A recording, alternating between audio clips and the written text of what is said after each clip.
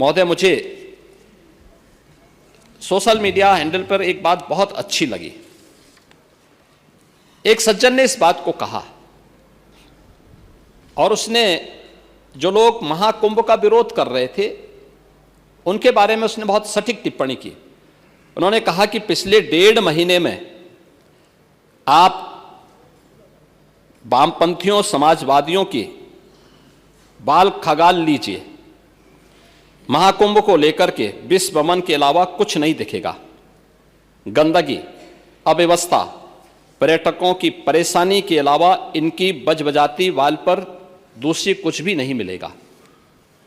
लेकिन इन सब से इतर धरातल पर इनकी बजबजाती विचारधारा का कोई असर नहीं है।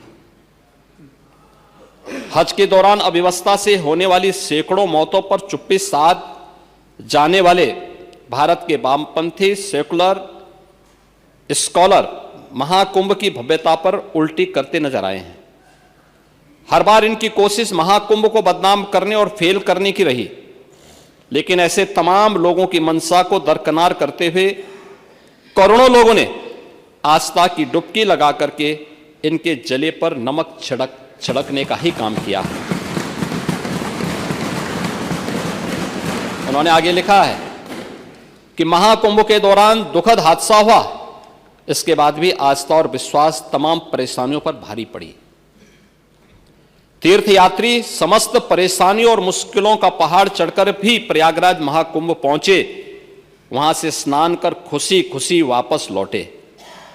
रिश्तों के जटिल समीकरण का परिभाषा गढ़ता महाकुंभ अब समारोह की ओर है, लेकिन यहां से निकला संदेश हर सनातन के मन में अमिट छाप छोड़ गया है, जो वर्षों तक लोगों की बदकही और कहानियों में जीवंत रहेगा।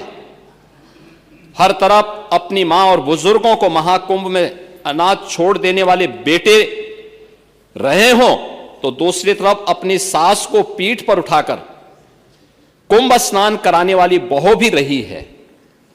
लेकिन सनातन विरोधियों को नजर केवल गंदगी पर पड़ी। मैं अध्यक्ष महोदय वह चित्र लेके आया हूं। ये देखिए, एक बहू है, अपने सास को पीठ पर लाद करके जा रही है महाकुंभ स्नान करने के लिए।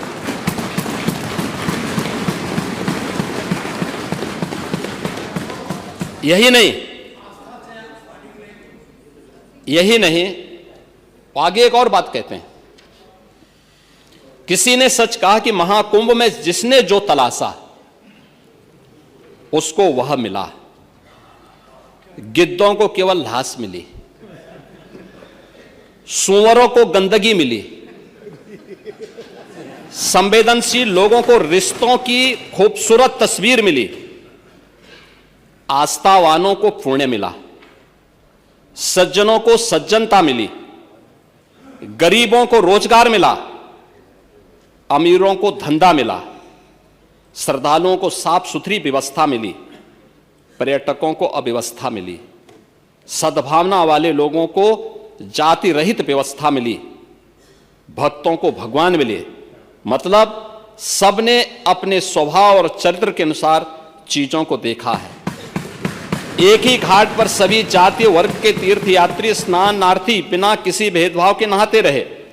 सनातन की सुंदरता आखिर समाजवादी और वामपंथियों को कैसे नजर आएगी? लेकिन इनके द्वारा लगातार किए जाने वाले प्रश्न इनकी नियत को ही संदेह के दायरे में खड़ी करती है। महोदय, ये टिप्पणी अचानक नहीं है। ये टिप्पणी भारत की टिप्पणी है और भारत की भावनाओं की टिप्पणी है। और जो स्वयं कुछ कर नहीं सकते थे, जिन लोगों ने अपने समय में इस पूरे आयोजन को अव्यवस्था और भ्रष्टाचार का शिकार बनाया था, आज वे महाकुंभ पर इस प्रकार की टिप्पणी करके भारत की भावनाओं के साथ ही खिलवाड़ करने का काम कर रहे हैं।